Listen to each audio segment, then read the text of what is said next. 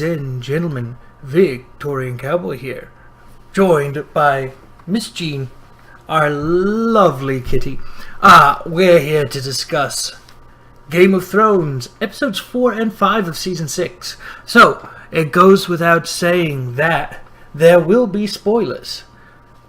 Obviously. Now, if you're watching a review, assume there's spoilers. Anyway, let's get into it. I was 2 episodes behind before today. So today is my day to catch up with a lot of things going on.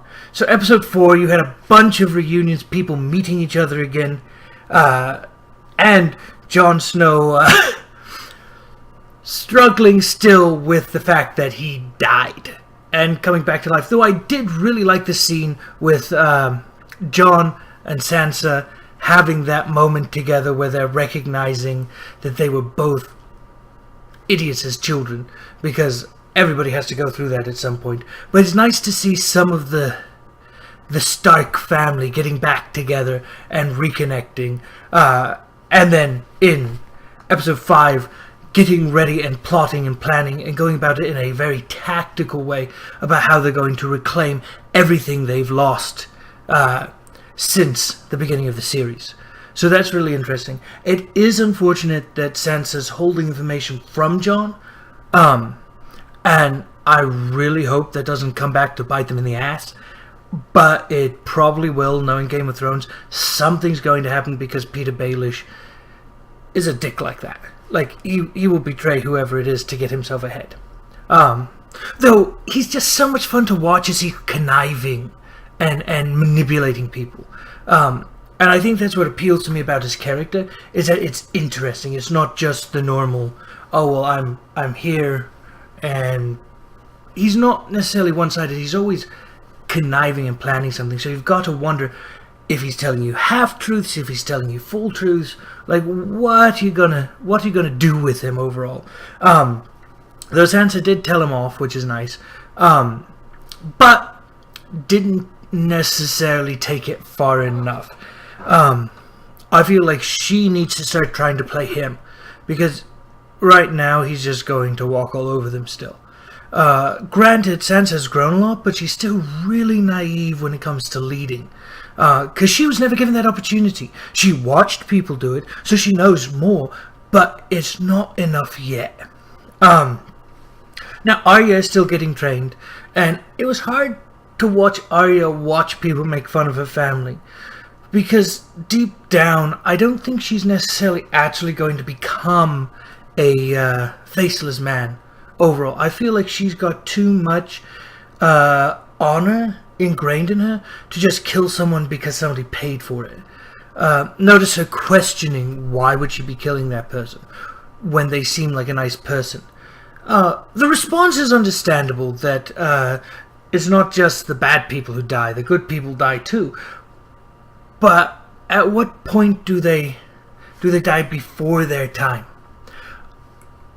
So, trying to actually commit cold-blooded murder versus killing someone who deserves death, I think that's a line that Arya's going to have trouble crossing, especially being a Stark, and the Starks being based on that honorable system. So, we'll have to wait and see, because I really don't think she's going to last there. I think the training's going to really help her out. My question is, one direction they could go is, maybe she gets good enough that she can actually trick some of the Faceless Men, but the Faceless Men also are some of the most well-trained individuals in Westeros. Or, well, not in Westeros, but in this universe.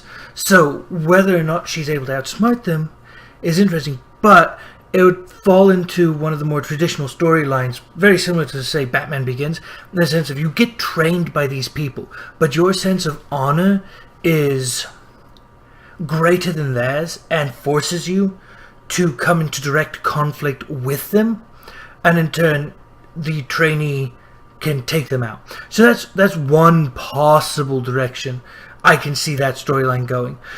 The other way is, maybe she truly does become no one, but then all that build up with her personal identity and her personal vendettas, I don't think she'd just lose it. I think she's got it too hard ingrained in her that she needs these people dead. Though I think the Faceless Men have started to scare her, especially after they made her blind. I did enjoy the play within a play, being a theatre person, being somebody who works with the theatre for a living. I enjoyed it, though sometimes things like that, like, I felt uncomfortable for Arya.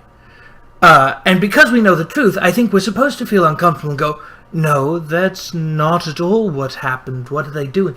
But I think that's a great look at how people get news and what they consume, media consumption. I think that's a really interesting addition and a trope that they're working with. Because even back then, what you got from traveling players could be taken as the news. So it's just an interesting commentary on modern times inside this world that's, completely fictional. Also, just some of the Shakespearean references and whatnot. I quite enjoyed that. I recently directed a version of Romeo and Juliet, and so just seeing that in there was rather nice. Oh, one thing that really surprised me about the episode, just out of the blue, penis. That's a penis. Nothing prepping for it. Just cut the scene. All of a sudden, it's like, is that what I think it is? No, that's what I think it is. But it is showing a little more, like, even though it's like not even a side character, it's just somebody who's probably going to get thrown away as a character. Like, you're getting some more equal representation, because usually it's just female nudity that you see in a show, and it gets really objectified. Whereas the nudity we saw with Khaleesi, like, it actually was empowering in the sense of where she's walking from and whatnot. So that was a cool twist for Khaleesi in one of the episodes. They blend together because I watched them so close together. There was dropping my notes. Episode 4. But there's that sense of just some sort of justice, a move towards equality, which I appreciate in the grand scheme of things. Then there's the King's Mount, which, I'm sorry, but if I have to be crowned king, I really don't want to have to be drowned to prove that I'm worthy of being king. You wonder how many kings they actually drowned and that died doing that. It's like, we gotta go back and select again. We kind of messed up. We screwed that up. It's like, come on. Yes, you're Ironborn. You come from the sea. But you don't have to drown someone to prove their worth. It is interesting that they elect a king. So somebody who rules for life, but is through a more democratic process, and you can just nominate yourself. So that's intriguing. And Theon, I feel, is really redeeming himself as a character. Like, he is moving from that character you hated and you were kind of happy to see get his balls chopped off, into a character that, like, when he came in episode 4 and was talking with his sister, Yara, I felt for him. I had all the feels for that. And so now when he's coming out and saying, no, my sister should be the queen, like, she's the one to lead us. Like, you actually feel he's repented and he's seen how foolish he was. And he's moving towards that sense of he's got the redemption arc. And for me, I'm a sucker for redemption arcs.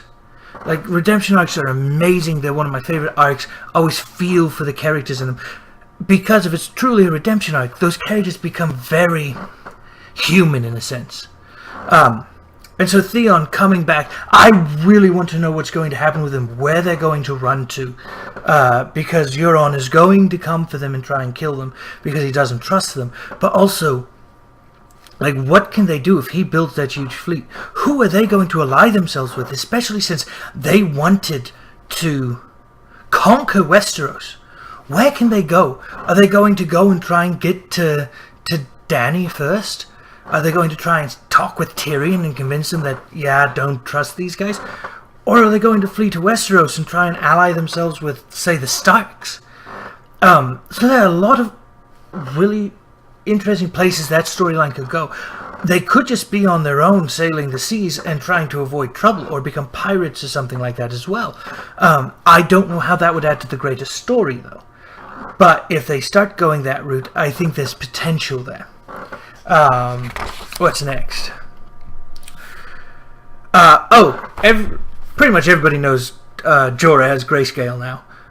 So I thought it was really cool, though, to see Daenerys actually recognize that, yeah, Jorah really cares about her. And hearing Jorah confess to the fact that he loves her, I think for the first time in the series, you can actually see he's having that moment where he's like, no, this is what it is. This is why I help you. And Dany's response to it, I felt that scene really summed up their relationship well. And the fact that Dany's recognizing, this guy cares about me, and I trust him now, and I can't do this without him. So I'm really hoping, I don't know where Jorah's going to go, because the Maesters don't even have a cure for grayscale, so he may actually go back to the ruins of Valyria. I think there's potential for him to find something there amongst the people who have this illness, but there's also the potential for it to go rampant. So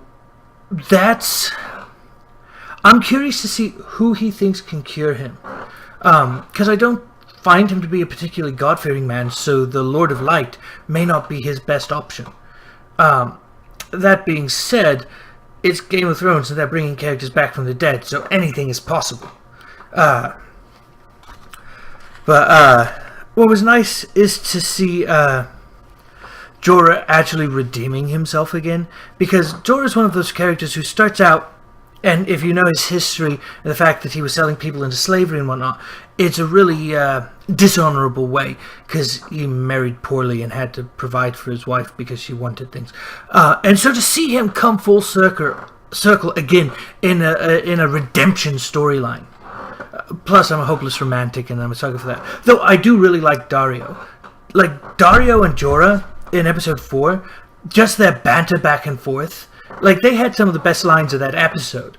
And I really liked their relationship. And so, those characters who are like Dany's right-hand men, including Tyrion and Varys, I really like the dynamics of that group. You've got the fighters, you've got the tacticians, and I think it's really interesting because she's like the Lincoln of this group, if you have to compare her to an American president. She's the emancipator. She's surrounding herself with allies and enemies to move towards this goal. So it's like that team of rivals, essentially, especially bringing Tyrion into the fold.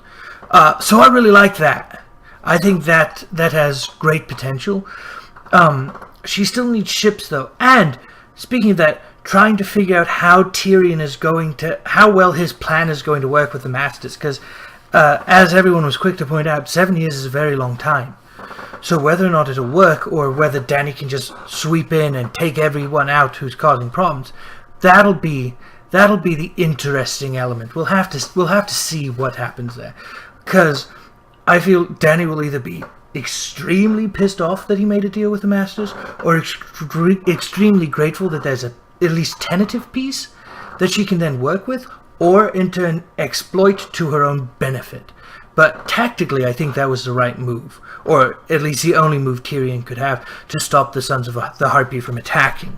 And then also just seeing Varys have that exchange with the priestess of the Lord of Light, I found that rather interesting, because Varys doesn't show his hand that often. Like, he doesn't let his emotions get the better of him. But there he was extremely disgusted with that sense of religion. Probably because it was a sorcerer or a magician who turned him into what he is, the eunuch. So with that magician, that distrust of anyone who claims miracles, and especially with the information he has about how they've failed in the past with their prospects, I feel was very interesting, because it's not something we'd seen yet. Varys usually doesn't lose his temper, doesn't lose his cool. He's usually very reserved, very calculated. So seeing him come unhinged, even momentarily, was a interesting experience. Also, just something I'd like to point out, the High Priestess there wears the same necklace, or a similar one, to Melisandre. So, we're going to assume that these priestesses of the Lord of Light are extremely old, if not ancient, based on that. Because wearing that same thing in the same fashion, that same necklace, really leads me to believe that this is a group of really old people who are masquerading and preaching for years upon years upon years. So they've got some sort of aura around them, some sort of magic that's generally, one can assume, granted from the Lord of Light. But it could just be parlor tricks too, because we've seen the magic. We just don't know if it's truly magic from the Lord of Light or whether it's magic of their own devising. And, the other thing we found out with Sansa and Jon war planning, Blackfish is alive, supposedly. Like, he was the one who disappeared from the Red Wedding, so that's nice. Everybody's like, well, what's he been doing? Well, it looks like he raised an army and is taking back lands.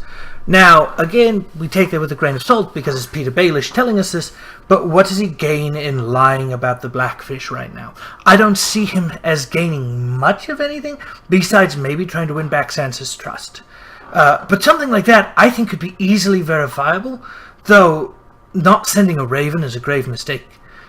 Because, like, it's a raven. You're afraid of it falling into the wrong hands. Sure, it falls into the wrong hands, but you'd still have the opportunity to contact it. But instead they're going to ride out and possibly walk into a trap. So that is troublesome. Though Brienne and Tormund, I think that, like, they've already confirmed that, yeah, there's something there in the tension. So I would like to see that move on, because especially a wildling is going to respect Brienne because Brienne can knock him out. And the wildlings respect strength more than anything. So I think that matchup, that matching, that romantic pairing is actually a really good idea.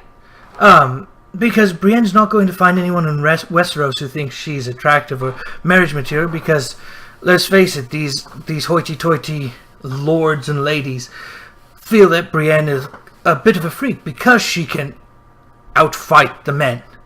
And that scene is strange. Also, one of my favorite scenes in episode 5 was when they come and call Jon Snow's friend the Lord Commander, and he's like, I'm not the Lord. And then everybody looks at him, and he's like, well, shit, looks like I'm in charge now. But I really like him as a character. I just space on his name right now. They don't actually use his name that often in the show, so I'd need to look it up. But I feel like he is a respectable character, and he's got a good sense of what he needs to do as well. And so he's going to do his duty, and hopefully Jon can come back and defend the wall, because they're going to need all the help they can get against the White Walkers. Though, and this is the last bit we're going to talk about, the unfortunate occurrences with the Raven and several character deaths.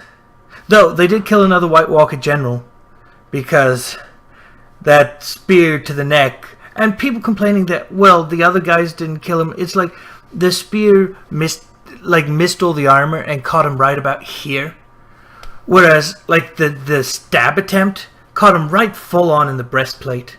And so depending on what you're using, like chainmail will stop obsidian. That's not, and like hardened leather and chainmail there, or possibly a full-on breastplate, that's going to stop it. There's no way you get through that with just an obsidian knife, especially a rough-hewn obsidian knife.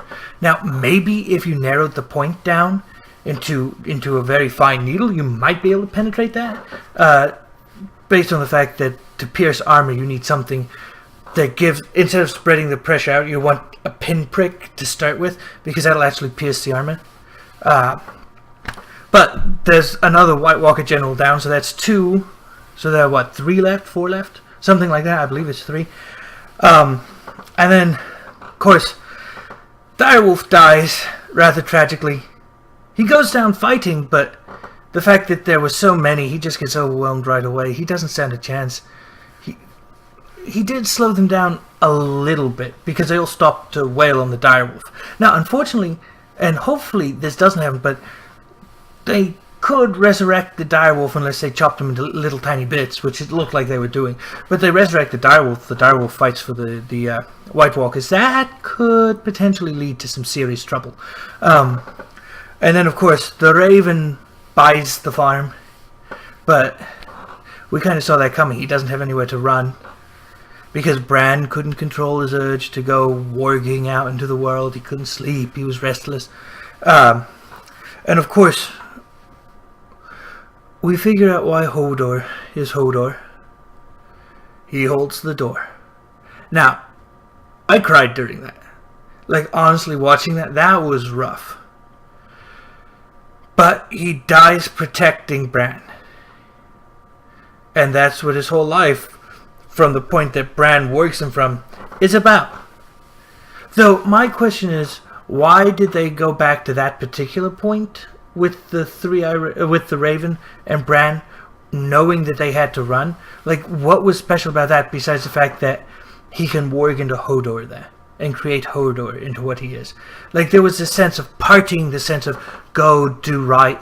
So, I mean, I guess it's an inspirational pep talk, but I feel like there's some other pressing things that, could have been imparted at the very end. But Bran and his lady friend make it out alive, for now, running into the snow with very little useful stuff with them. The children of the forest, the last of them, are dead. Although, I have to say, that one goes out in epic fashion. Anybody who plays Call of Duty would recognize it as the martyrdom perk. They start attacking you, you pull the pin from the grenade, you hold on to it, you wait for them to swarm you, and then you blow them all up. Though, some people have pointed out, why didn't they just blow up the tunnel? My question is, how deep underground are they? Because you could see the whites jumping through the roof by the tree, so that leads me to believe that even if they could cave in the tunnel, it wouldn't be enough. Plus, how many of them were up above, possibly? So, and like, how sturdy is the tunnel? Because there aren't any supports there. It's rough hewn in stone. So, there's some logistical problems that could have arisen from that.